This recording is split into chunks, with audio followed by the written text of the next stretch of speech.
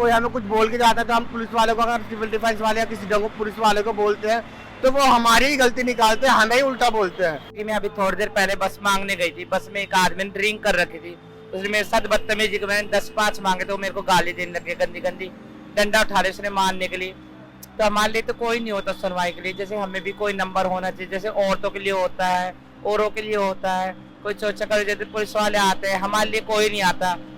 किसी ट्रांसजेंडर को सड़क पर देखकर हम गाड़ी के शीशे चढ़ा लेते हैं, उन्हें भद्दी गालियां देते हैं, उनके अलग दिखने की वजह से हम उनका तिरस्कार करते हैं, जबकि ये लोग हमेशा से हमारे समाज का हिस्सा रहे हैं, लेकिन दबे, सहमे, छुपे और घबराए हुए। यही नहीं, इनके साथ होने वाले अन्याय के खिलाफ पुलिस और कोई सरकारी तंत्र भी इनकी मदद नहीं करता है। मेट्रो, बस, हर जगह जहां महिला हेल्पलाइन नंबर लिखा रहता है वहां ट्रांसजेंडर समुदाय के लिए जगह अब भी खाली है। शोभा की तबीयत बहुत दिनों से खराब थी। इलाज कराते कराते उनके पास पैसे खत्म हो गए थे, लेकिन बीमारी बढ़ती जा रही थी। शोभा ने मदद के लिए कई एनजीओ से संपर्क किया। एनजीओ कम्युनिटी एम्पावरमेंट ट्रस्ट ने अंतिम दिनों में शोभा के इलाज के लिए खूब जद्दोजहद की। शोभा के आखिरी दिनों के इलाज में पता चला कि वो HIV पॉजिटिव हैं। एक ट्रांसजेंडर है जिनका नाम शोभा है, उनकी हालत बहुत ख़राब है और उन्हें टाइफाइड की शिकायत है।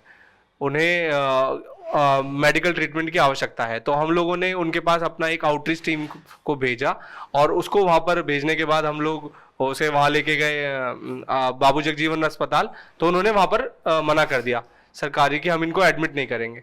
फिर हम उनको एक उम्मीद की किरण के नाम का क्लिनिक था, वहाँ लेके गए।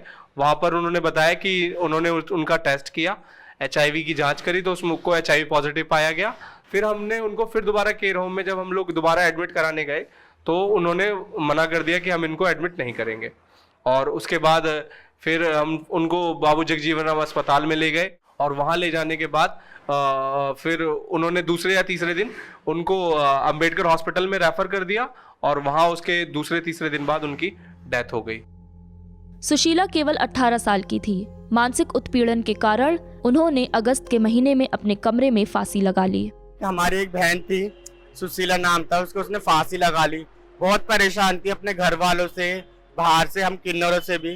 कुछ किन्नर हमारे ऐसे होते जो हमें परेशान करते हैं और वो भी हमारे साथ में, हम बोल देते हैं आजा, क्या होगा, गुजारा कर लेंगे थोड़ा बहुत 10-10 रुपए मांग के। पर वो यहाँ से भी परेशान, कोई देता नहीं था। पुलिस वाले परेशान करते थे, लोग बाग परेशान करते थे। और वो थोड़ी सुंदर, थोड़ी क्या बहुत ज्यादा सुंदर थी, तो लोग बाग ना उसको बहुत ज्यादा परेशान करते थे। मतलब जब कहीं खड़ी हो जाती थी ना तो आके लड़के और ज्यादा आकर्षित होते थे, उसके बाद और ज्यादा खड़े हो जाते थे, वो और परेशान हो जाती थी। और घर की परेशानियों से परेशान, किन्नरों से परेशान, ऐसी परेशानियों से होकर जनाने मेरी फ्रेंड ने फांसी लगा ली। अब बताओ हम लोग कहाँ जाए, क्या करें।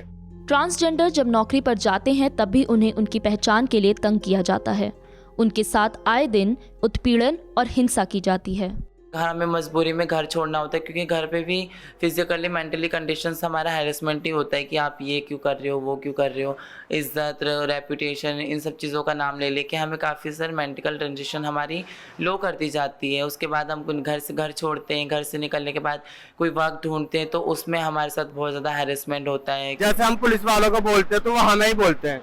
ये सामने ये खड़े हुए सिविल डिफेंस वाले खड़े रहते, फौजी खड़े रहते हैं, तो वो हम लोगों को बोलते हैं कोई आता है, हम किसी से पैसे मांगते हैं, लाओ भैया कुछ दे जाओ, घर में खाने के लिए नहीं है, हमारे 10-5 रुपए दे दो, आपके साथ ही हम लोग का सहारा हो, हमारा गुजारा करते हो आप लोग ही।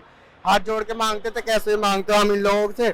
पर फिर भी हम लोगों को धक्का मार के जाता है, कोई गाली दे जाता है, कोई उल्टा सीधा बोल जाता है, नेगेटिविटी नज़रों से देखा जाता है। और फिर बहुत सारी चीज़ों में हमारा हैरेसमेंट होता है। जैसे भी हम वर्क कर रहे हैं तो वर्क में हैरेसमेंट करना, कोई सीनियर है तो वहाँ हैरेसमेंट करना, किसी सोशल जगहों पे चले गए, किसी पब्लिक प्लेस पे चले गए तो वहाँ हैरेसमेंट करना, नेगेटिविटी नज़रों से देखना, ये फेस करना ही करना पड़ता है। जैसे कि मैं अभी थोड़ी देर पहले बस मांगने गई थी, बस में एक आदमी ने ड्रिंक कर रखी थी, उसने मेरे साथ बदतमीजी की, मैंने 10-5 मांगे तो मेरे को गाली देने लगे, गंदी गंदी डंडा उठा रहे उसने मारने के लिए। तो हमारे लिए तो कोई नहीं होता सुनवाई के लिए। अगर हमारे पास ट्रांसजेंडर हेल्पलाइन नंबर होता तो शायद क्या पता हमें, जैसे वुमेंस को होता है कि वुमेंस हेल्पलाइन नंबर है, तो एक ट्रांसजेंडर हेल्पलाइन नंबर होता तो शायद हमें एक संतुष्टि होती, एक मैं रिलैक्स फीलिंग लेती कि हाँ अगर मेरे साथ कुछ ऐसा होता है तो मैं वहाँ कंप्लेन कर सकती हूँ और उस पर थोड़ा कुछ न कुछ कार्रवाई हो। जैसे औरतों के लिए होता है, औरों के लिए होता है, कोई चोर चक्कर देते, पुलिस वाले आते हैं, हमारे लिए कोई नहीं आता, हमारे पे अत्याचार होते रहते हैं। हमारी किन्नर बहनें अभी एक कल परसों मरी, एक बहन की सुसाइड हो गई, फांसी लगा के मर गई, इसलिए हमें भी कोई हेल्पलाइन नंबर चाहिए।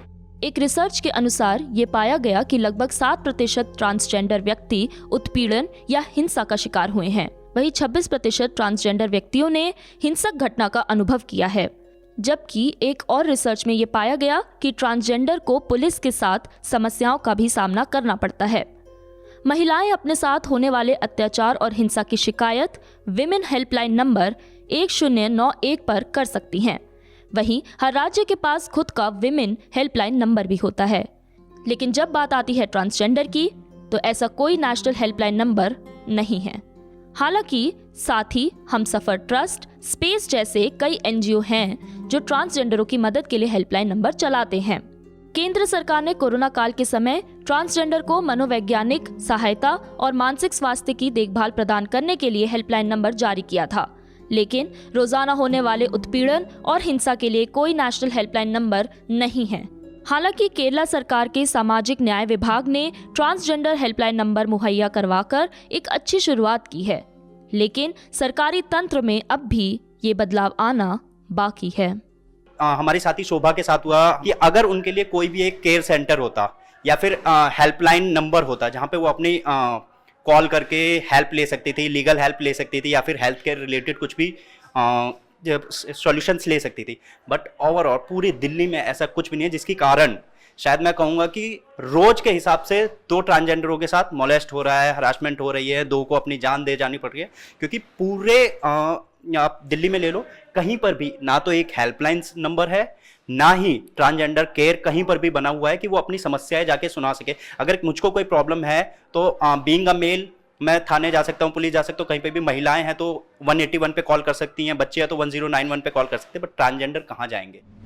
ऐसी ही जनता से जुड़ी खबरें अगर आप देखना चाहते हैं, अगर आप चाहते हैं कि मीडिया आज़ाद होकर बिना किसी दबाव के काम करे, तो न्यूज़ लॉन्ड्री को सब्सक्राइब करें और गर्व से कहें, मेरे खर्च पर आज़ाद है खबरें।